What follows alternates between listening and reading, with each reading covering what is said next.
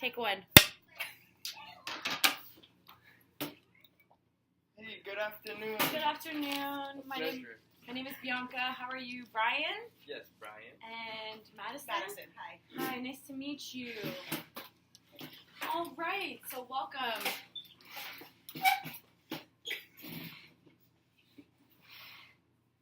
All right, so welcome to our group interview today. We are going to be interviewing for CYW at the Salvation Army Pure Family Shelter. So let's get started. We'll start with you, Madison. Why don't you tell us a little bit about yourself? So I'm a third year. I'm graduating from a 3-year college program with child need care.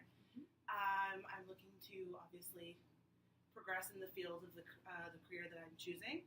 I'm great with people. I have excellent listening skills, communication skills. I work really well with the team. Very patient, outgoing, positive. These are all good things in this field that we need to require. All right, Brian, same question. All right, so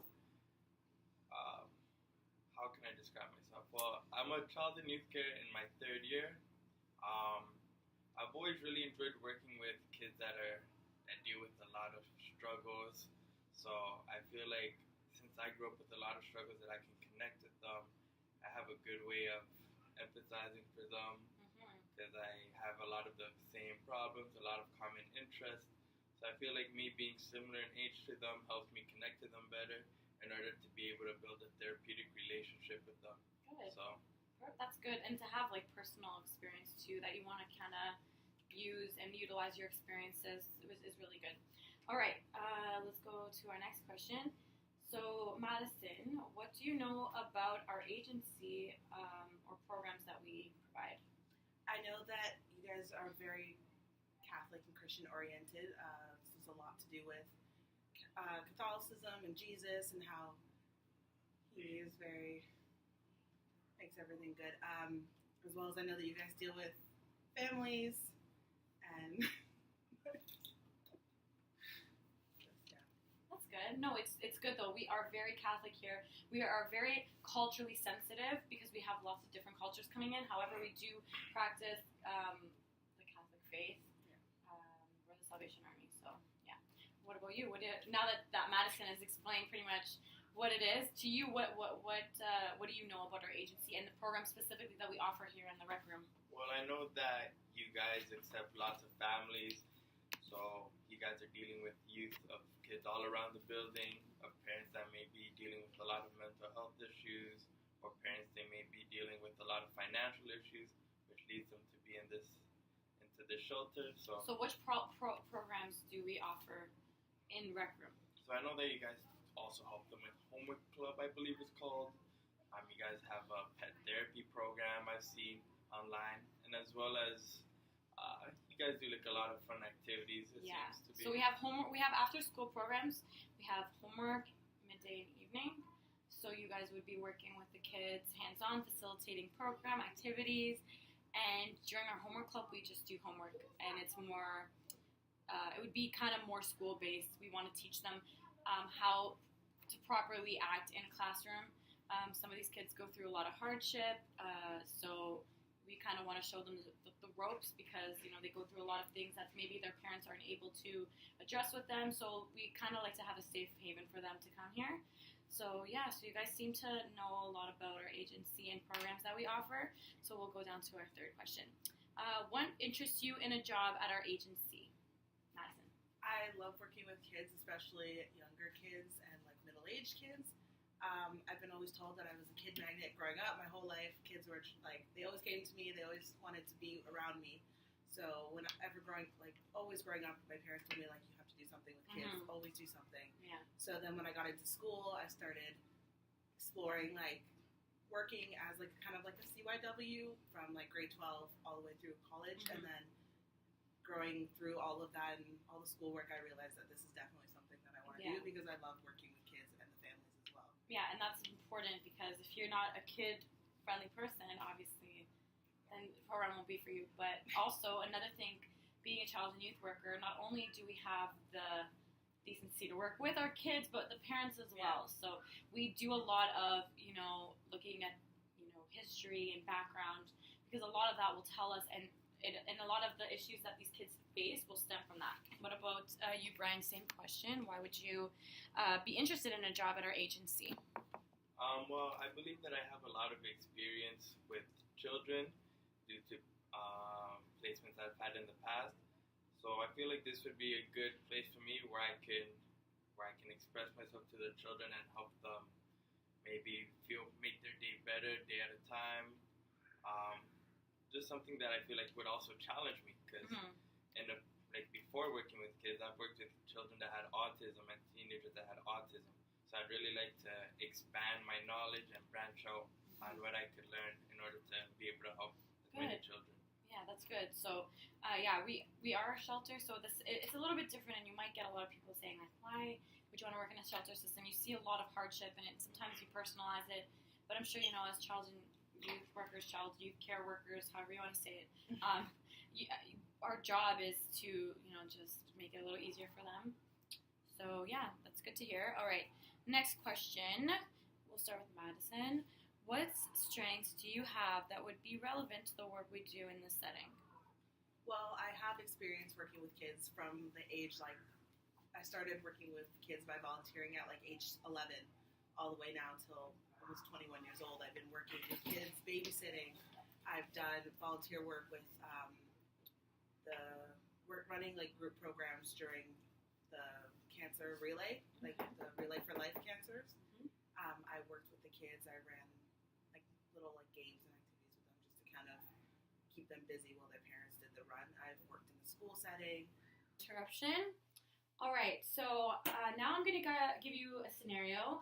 We'll do Brian first. You have a child who has bruises and is disclosing a situation that may or may not have happened. However, concern is raised because of the bruising and stuff you've observed. So what do you do in that case? Well, if I were to see lots of bruises that I can clearly see, well, it'd be my duty to report this. So I'd make sure that CES gets to know about this, so that the parent can be spoken to, or the child can be further examined, just to ensure that what I'm seeing is correct. Correct. Yeah. No, and that's right. If you have the duty to report, it could be bad if we didn't report. These kids, we're here to look out for. So. Yes, that is correct. Good job, Brian. Madison, let's say you have an issue with another employee. What do you do? To figure out that situation? Do you talk to them directly? Do you talk to your supervisor?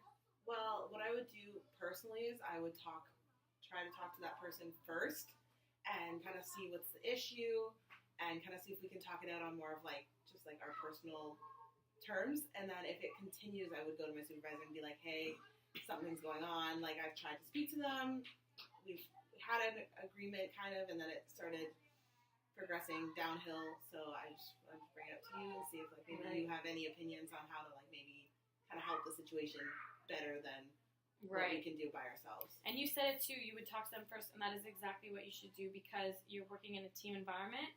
Right? So, it's unity. So if you have someone that's not pulling their weight, you do have the right to, let them know. And if there's anything they need, then you can also help them. But if it doesn't improve, then you would go to the supervisor. So that is a great answer.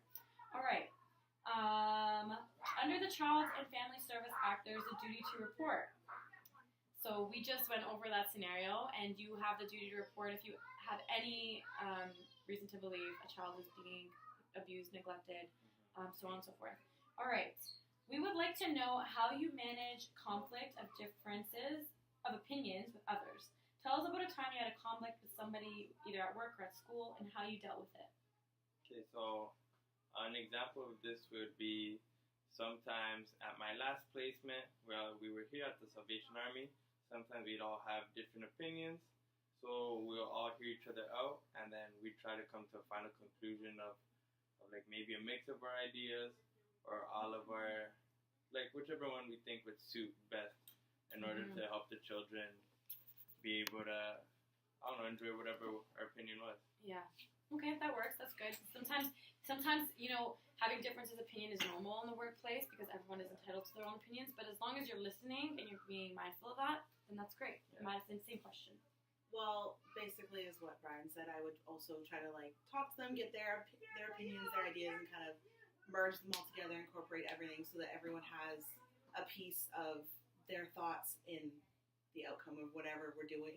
So, say it's like a project that we have to do. Everyone kind of puts their opinions in, and then we kind of like merge everything together and kind of give that like overall. Everyone has their own opinion. Everyone has their. So everyone's heard, and they feel like their opinions matter, basically. That's fair. So if there was a conflict between two students, what would you do to prevent it from getting physical? I would separate the two kids first. So if there's a conflict between two of them, I'd move them probably to different parts of the room or wherever we were. And then I would talk to each of them individually, or if I can't do it by myself, I'd get one of my team members, be like, okay, so you talk to this one, I'm going to talk to this one, hear the different stories, and then kind of figure out what the problem behind the issue was. And then eventually we can try to work together to get them to be like, okay, let's talk it out more on a calmer field rather than aggressively, and that could possibly lead to a physical altercation, which we don't want because we don't want anyone to get hurt. So. Exactly. And that works. All right. Well, let's go to our next question. You guys are doing very well. All right.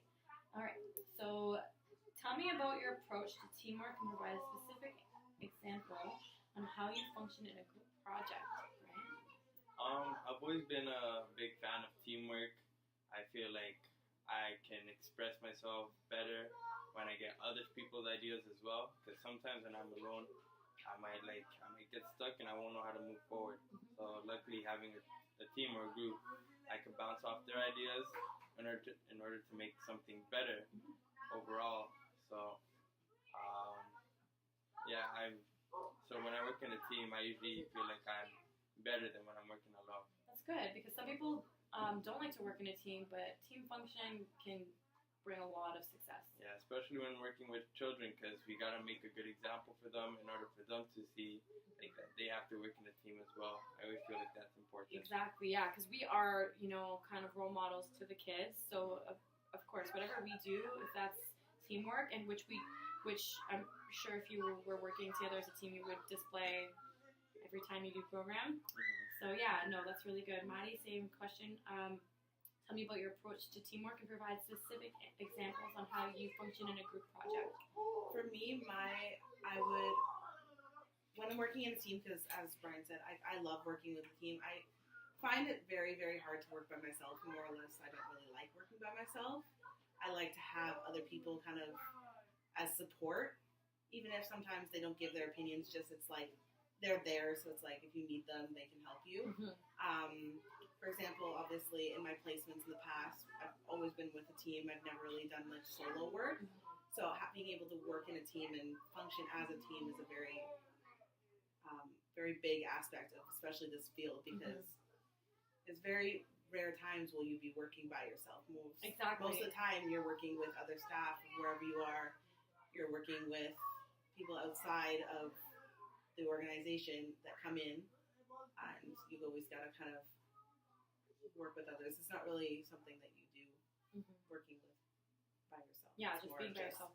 Yeah, and that's good. And also, we like Brian said, just displaying what it's like to be a good team player, because a lot of them like to be initiative and take their own, the lead of things, and they get angry, and a lot if they're of not kids don't know how to do teamwork, and they're not really good at kind of functioning as a team. Yeah. So it also it acts as you're like, okay, so working as a team is not really that big of a deal. It's something that you're going to have to learn how to do. And by us doing it in a way that they can see it, it's kind of like, oh, okay, well, maybe it's not that bad. Yeah.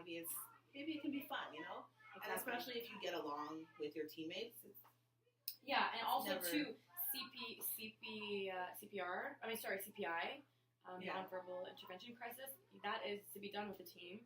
Right, you have to either transport somebody, or that's done with the team. So that dynamic is very important, and I'm really glad to see that you value teamwork and team effort, because there's no I in team, and we really do function in a group.